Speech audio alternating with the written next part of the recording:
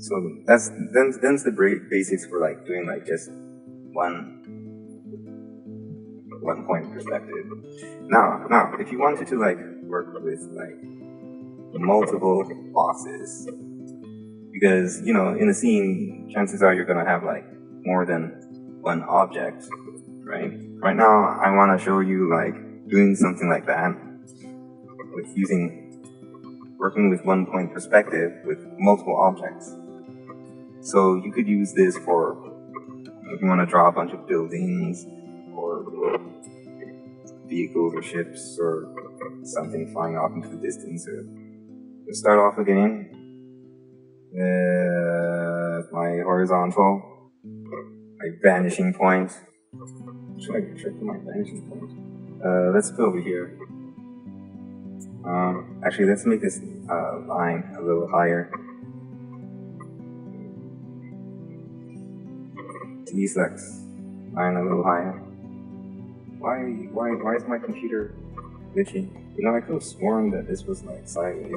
I think what happened here is that I'm like so accustomed to like doing like comic book pages, like I kind of like automatically default to like this portrait orientation as opposed to like working with landscape. I intended to like go with landscape, but yeah, it's not like a really big deal. Vanishing point. This is actually an exercise in like doing perspective drawings that I've seen like around. My general approach to it is to like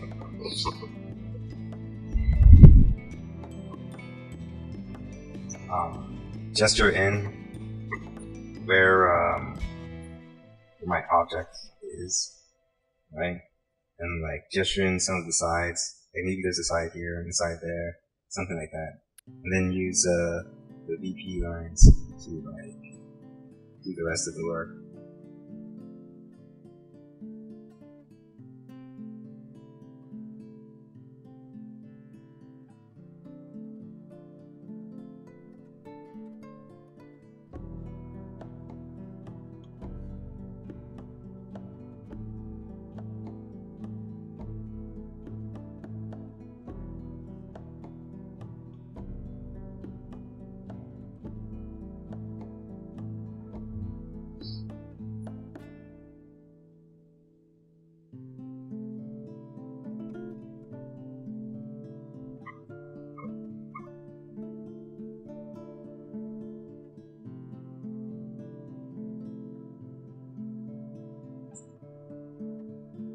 That would be my general approach to this.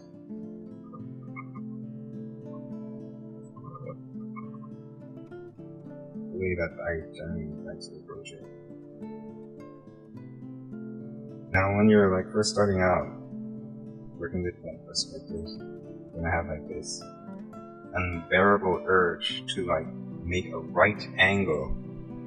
Like even here, when I see a line, I want to like twist it to like make it like straighter, right? I'm trying to like, I don't really understand what this compulsion is to like turn everything into a right angle, but doing things like that completely destroys your perspective drawing. Like here, right now, I'm doing it. You gotta be consciously aware of that urge and not follow it, to not listen to it. See, like, look, here's what the line should be, and here's what my urge is doing. It's causing me to make all these skewed, weird things. That's skewed and weird.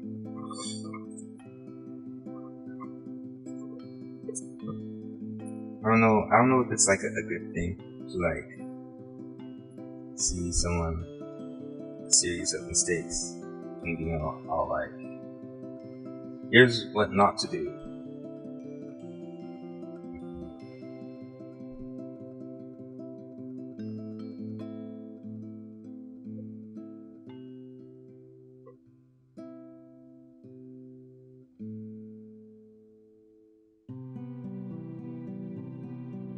There we go. This one came out nicely. Alright, do that. Back end first. That comes out like nice. Whoa, what happened here? Yeah, glitch. Glitch right now. What is happening? What happened to my line? Oh, now it's working on. Weird. Yeah, it's a glitch. I don't really understand what's happening with my computer. It's gotta be like a virus or something. Yes. Maybe it doesn't crash on me. It's been a while since like I've had to like do anything with my system like reboot it or format it. So people are always complaining about like PCs being unreliable. I haven't formatted my PC since like I literally can't remember the last time I formatted my PC. Like I literally cannot recall.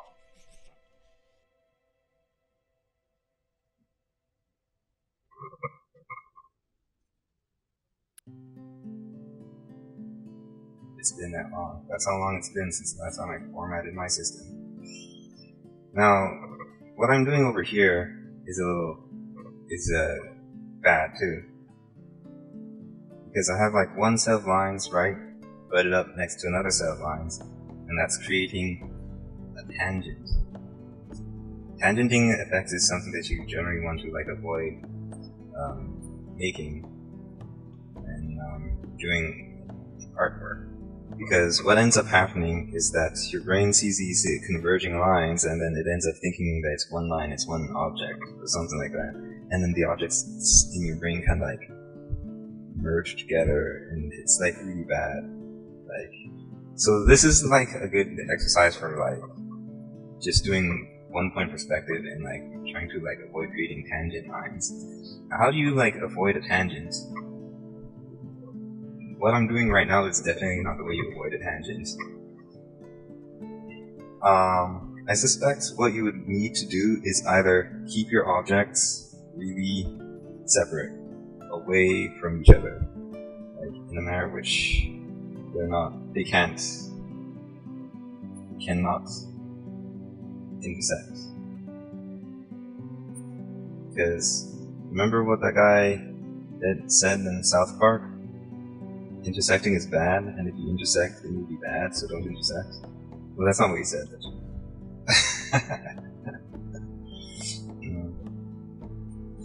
Yeah, it might be, maybe it's a bit inappropriate for me to go off on a tangent about South Park, but hey, I did it anyways. Sorry. Sorry to go on a weird tangent about South Park. Where's my VP? I can't even see my VP anymore. Okay, so now, see what's happening here is I'm avoiding this tangent between these two objects, not tangenting. At least I don't think they are. I don't know, maybe someone will come online and tell me like, your objects are still tangenting. I've had this happen to me as well. It's like I'm consciously aware of this rule that you gotta avoid those tangents, right? And then I'll set out to avoid tangent, and for some reason, I still get the tangent, and I still get called off. I'm making all these tangents. I'm like, dope. If I avoided it this time, are just like that. Another means of like avoiding tangents is to like, I believe you can like overlap the objects in a way that like the lines don't run parallel to each other. They like run cross. Because if they're running cross, they only like merge. They only seem to merge together when they're running parallel to each other. I think you can get away with it if it's like a cross. It's not parallel. So it would have to be perhaps something this.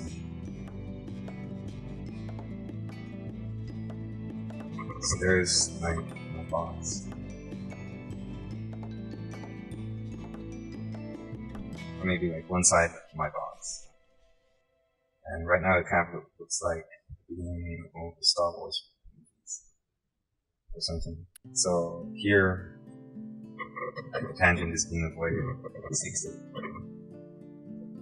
Hopefully,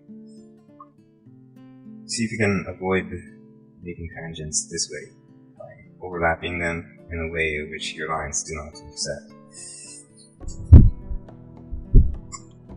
So yeah, that's the general exercise to